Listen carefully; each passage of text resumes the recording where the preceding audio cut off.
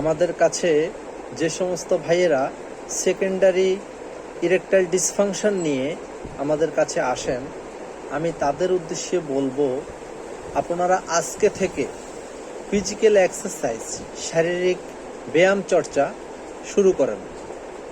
একেবারে সঠিক সময়ে ঘুমোতে যাবেন এবং সঠিক সময়ে ঘুম থেকে উঠবেন। অধিক রাত্রে ঘুমানো কখনোই যাবে না। রাত্র 10টার মধ্যে ঘুমিয়ে পড়তে হবে এবং ফজরের নামাজের সময় উঠে যেতে হবে।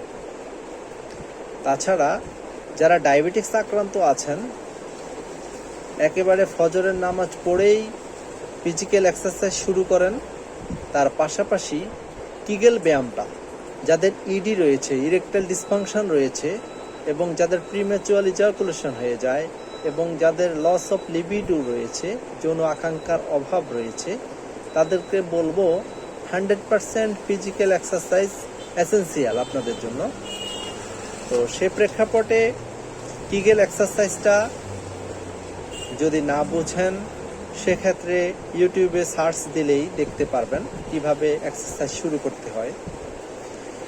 আমাদের প্যানভিক এরিয়াতে এই এক্সারসাইজটা করার ফলে আমাদের প্যানভিক এরিয়াতে প্রচুর পরিমাণে নাইট্রিক অক্সাইড প্রোডাকশন হবে, আর এই নাইট্রিক অক্সাইডটা আপনার ইরেকটাইল ডিসফাংশনের জন্য খুবই ভালো কাজ করবে। তাছাড়া প্রচুর পরিমাণে সবুজ শাকসবজি, ডিমের কুসুম, তবে হাঁসের ডিমের কুসুম হলে সবচেয়ে ভালো হবে।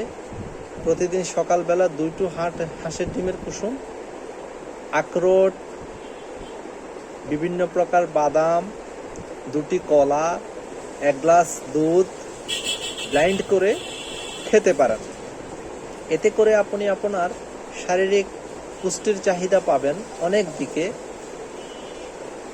আর এক্সারসাইজের ফলে আপনি নিজেই বুঝতে পারবেন 2 থেকে 3 মাস, 3 থেকে 4 মাস, 4 থেকে 6 মাস, 6 থেকে 12 মাস আপনি আপনার চেঞ্জ নিজেই বুঝতে পারবেন। এক্সারসাইজ করেও যদি আপনি আপনার অবস্থানকে পরিবর্তন হচ্ছে না এমন মনে করেন, সেক্ষেত্রে আমাদের মতো যারা সেক্সোলজিস্ট আছেন তাদের সাথে যোগাযোগ করতে পারেন। ধন্যবাদ, ভালো থাকবেন। আসসালামু আলাইকুম।